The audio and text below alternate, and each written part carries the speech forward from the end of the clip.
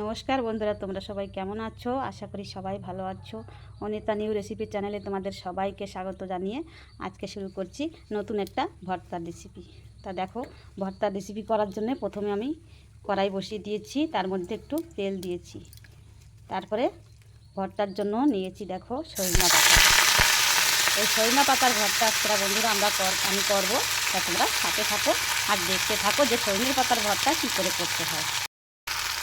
পাতাগুলো ভালোভাবে ধুয়ে আমি কড়াইতে দিয়ে দিয়েছি, আর এবার আমি এগুলোকে সুন্দরভাবে কিন্তু ভেজে নেব। বন্ধুরা, আমার সজনে পাতাগুলো কিন্তু সুন্দরভাবে কিন্তু ভাজা হয়ে গেছে, আর দেখো ভাজতেই কিন্তু কত সুন্দর নরম হয়ে গেছে এই যে।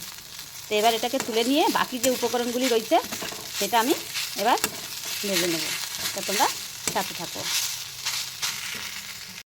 পাতা তুলে রেখে সেই কড়াইতে একটু সাদা তেল দিয়ে তারপরে দিয়ে দিলাম 4-5টার মতো শুকনো লঙ্কা, আর দিয়ে দিয়েছি একটা ছোটো সাইজের পেঁয়াজ, আর দিচ্ছি একটা রসুনের অর্ধেকটা রসুন ফেলে দিচ্ছি। আর এতে লঙ্কার পরিমাণটা বন্ধুরা তোমরা বাড়িয়ে কমে দিতে পারো, অসুবিধা নেই। তো এবার এটাকে একটু লাল লাল করে ভেজে নেব। এই যে দেখো, পেঁয়াজ লঙ্কা আর রসুন কিন্তু কালার সুন্দর হয়েছে।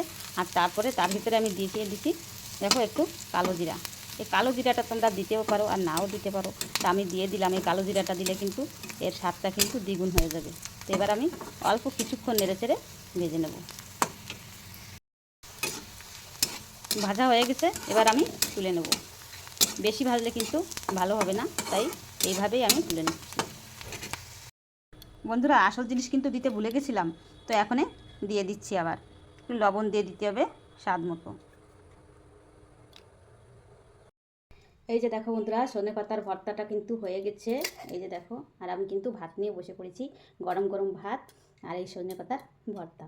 তো এবার আমি তোমাদের খেয়ে বলছি যে কেমন স্বাদ হয়েছে। তা স্বাদটা তো ভালোই হবে আমি জানি, তবুও আমি তোমাদের একবার খেয়ে দেখাচ্ছি।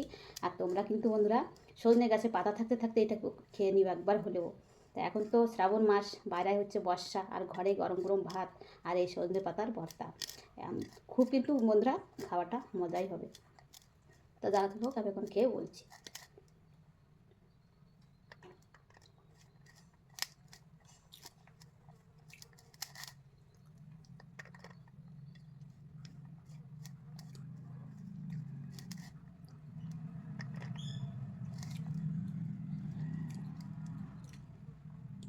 খুব ভালো হয়েছে বন্ধুরা, মানে খুবই ভালো।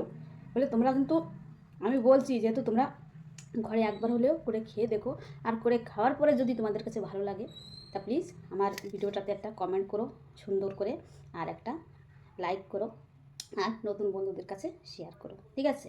তা প্রথমে করে খেয়ে দেখো ঘরে, তারপরে ভালো লাগলে তারপর আমার ভিডিওতে লাইক কমেন্ট শেয়ার করো, ঠিক আছে? তা যাই হোক, আমি এখন খাবো। তো দেখা হচ্ছে তোমাদের সাথে পরের ভিডিও নিয়ে। রেসিপি ভিডিও হোক বা ব্লগ ভিডিও হোক, দেখা হচ্ছে। তা তোমরা ভালো থেকো, সুস্থ থাকো।